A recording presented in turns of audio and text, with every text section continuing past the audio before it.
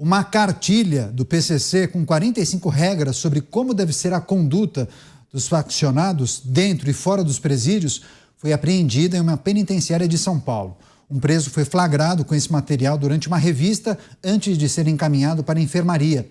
O documento de 7 páginas tem como título Cartilha do Crime e logo na primeira linha o autor esclarece que o material é uma ferramenta de extrema importância que deve ser analisada com muita prudência antes da aplicação das sanções para quem descumprir as determinações.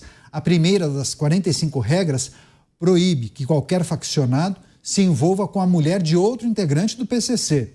Entre as condutas proibidas estão atos de esperteza, quando o criminoso usa de má-fé ou abuso de confiança para roubar ou prejudicar o outro, e atitude isolada, quando o integrante age sem consultar os líderes. São considerados ainda atos condenáveis e passíveis de graves punições a caguetagem, quando um delata o outro, chantagem e calúnia. Daqui a pouco eu vou trazer outros artigos desse documento, mas só para abrir esse novo giro de análises, delegado Palumbo já tinha ouvido falar desse livro de regras do PCC, determinando exatamente qual deve ser a conduta dos integrantes da facção criminosa?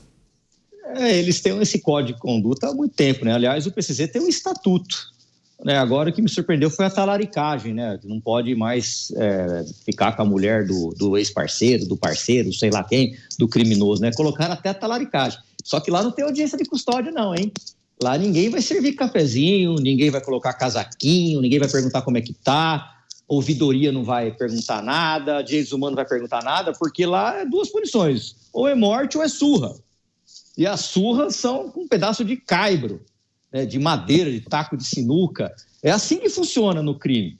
E quando eles resolvem lá matar alguém, hoje eles estão mais espertos. Eu costumo dizer isso há muito tempo. Quem diminuiu os homicídios no estado de São Paulo não foi o governo, não, nem esse, nem o passado. Foi o PCC.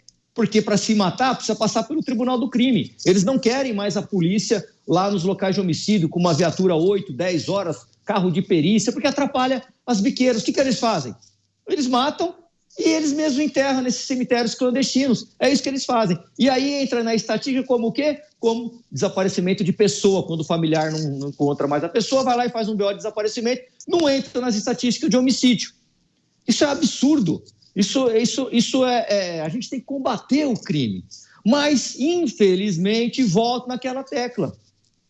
O que tem de deputado e senador que defende bandido me enoja.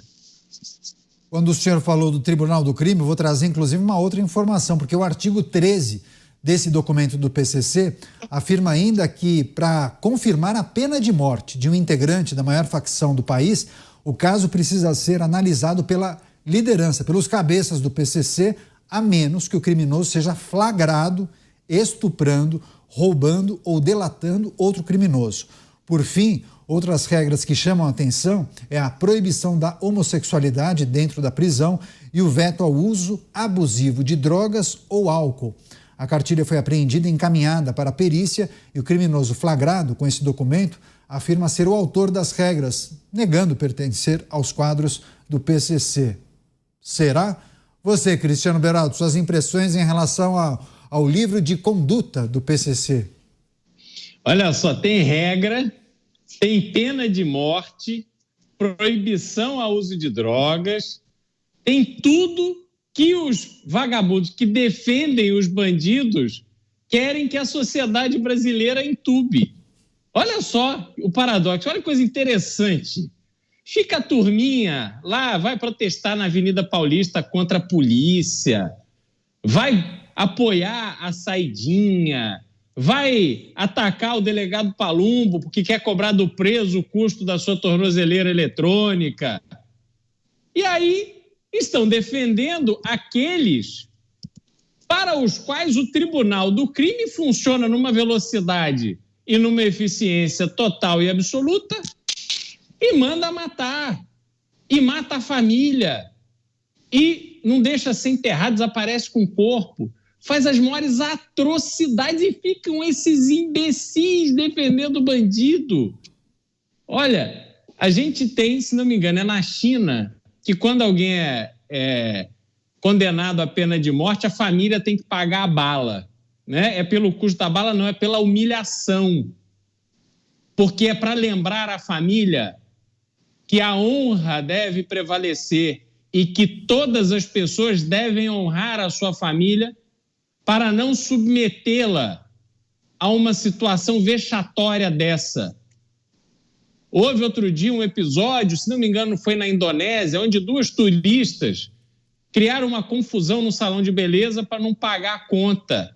Foram presas e saíram vestidas com a roupa de presas, que, se não me engano, era laranja, desfilando pela rua. O delegado levou as 2 presas para desfilarem pelas ruas, que é para todo mundo entender que não pode cometer crime, senão vai em cana.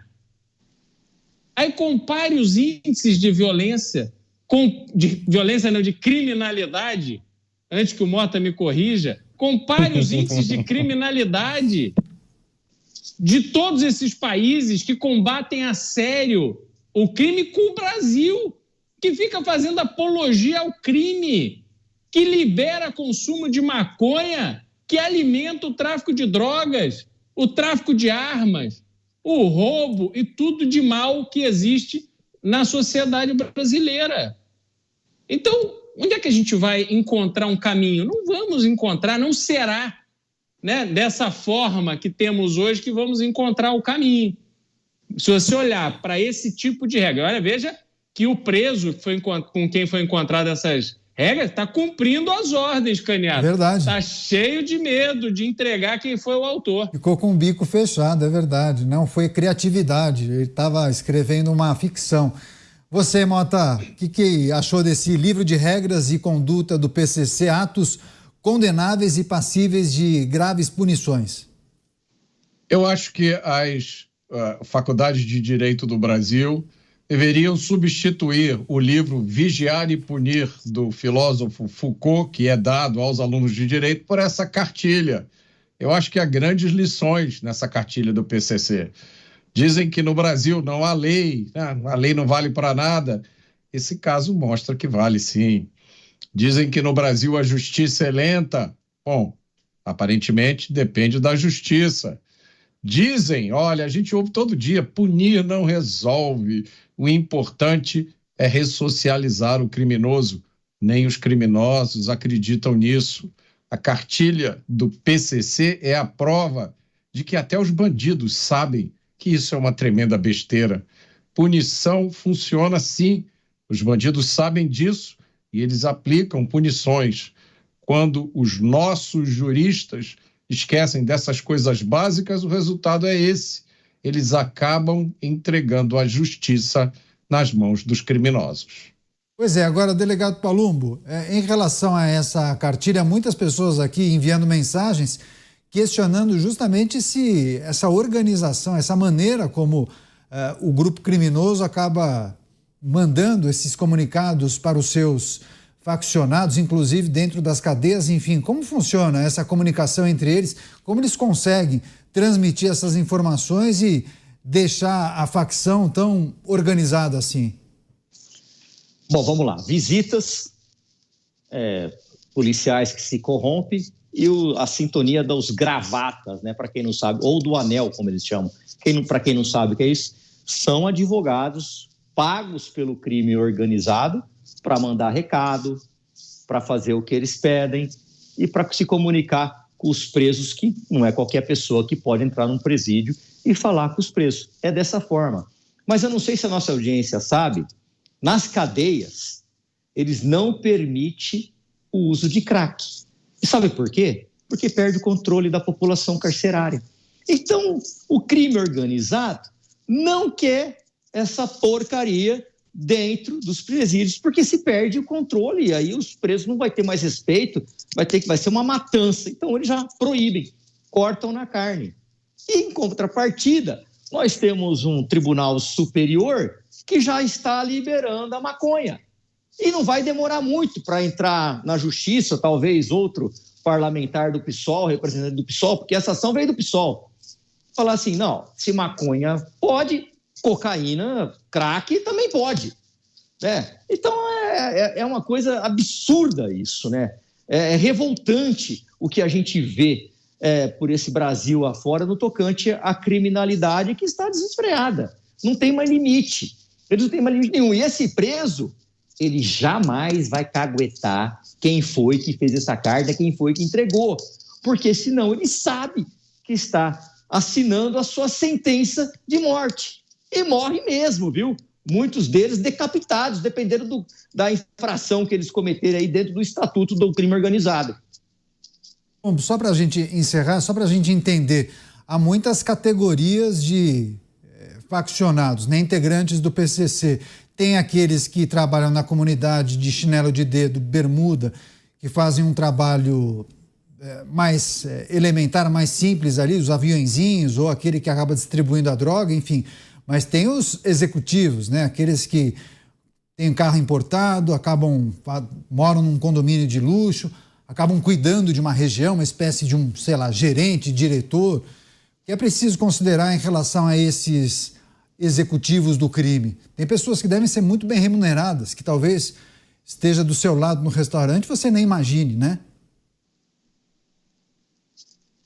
Acho que perdeu o contato do delegado Palumbo. Me escuta, delegado Palumbo? Me escuto, sim. Eu achei que era pro Beraldo, me perdoe. Não. Bom, por favor, você. Não, nós temos o Sintonia, temos o Disciplina, que é aquele que aplica as penalidades. O PCC é extremamente organizado.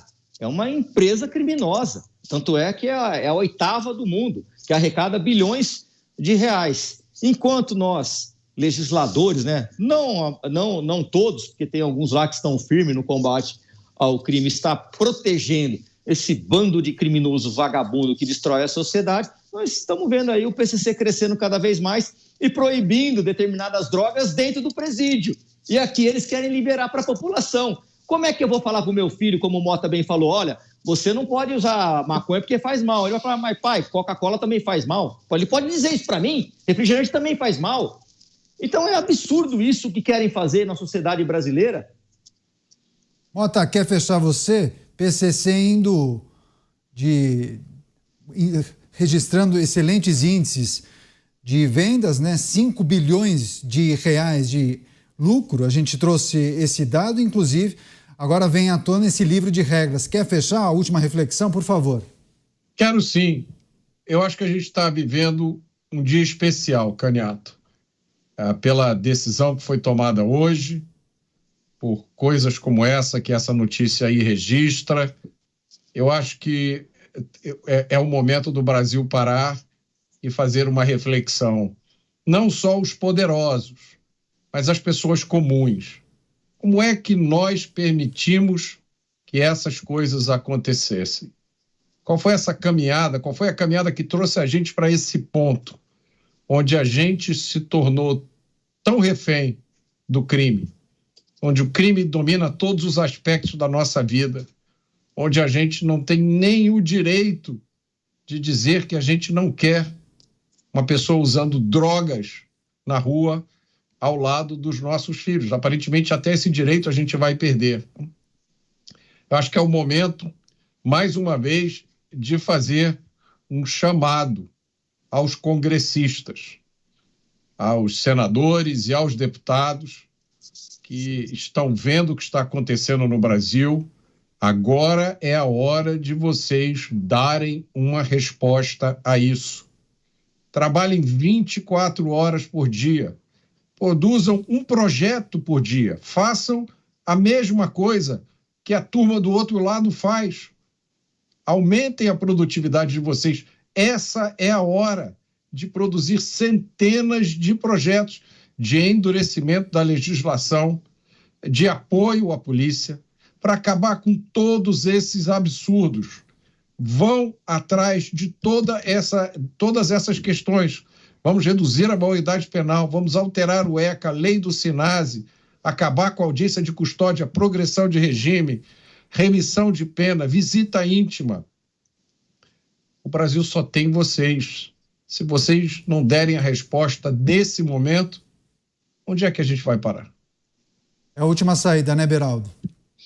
Exato. E isso tudo começa com a Constituição de 1988, feita com a desculpa do trauma do regime militar, aonde se colocaram as forças policiais como algozes, como instituições a serem enfraquecidas, colocaram a população como uma população de pobres coitados, elevaram o poder de várias instituições que produziram isso que temos hoje. Nós não chegamos até aqui por acaso. Esse caos que tomou conta do Brasil, ele foi produzido mediante influência e manipulação de pessoas muito poderosas.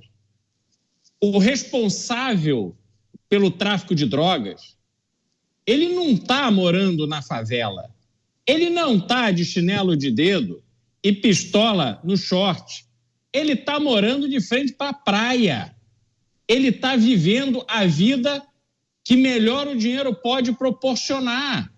Não é razoável você imaginar que uma atividade que movimenta bilhões e bilhões e bilhões, que exige planejamento logístico, imenso controle, liderar equipes imensas de pessoas que estão na rua, pessoas que estão escondidas, pessoas que estão presas, todo um arsenal que precisa ser controlado, isso é coisa de gente sem esclarecimento, sem formação, não.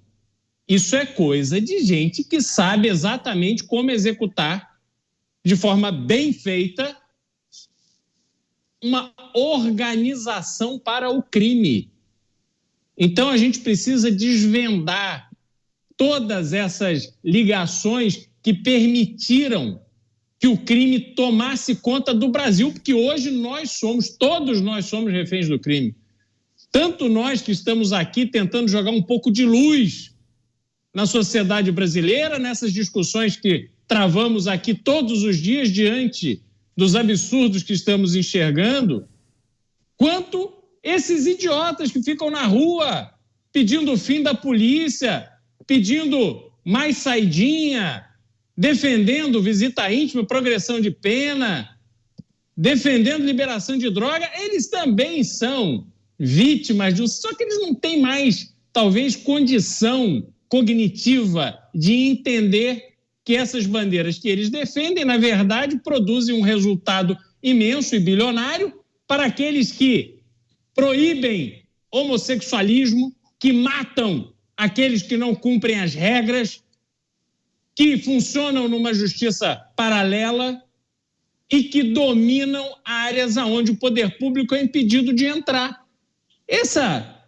Todo esse círculo de absurdos que nos colocou na situação de hoje, Candidato, na minha opinião, tem um ponto de partida, tem um Big Bang, que é a Constituição de 1988. Precisamos de uma revisão constitucional urgentemente.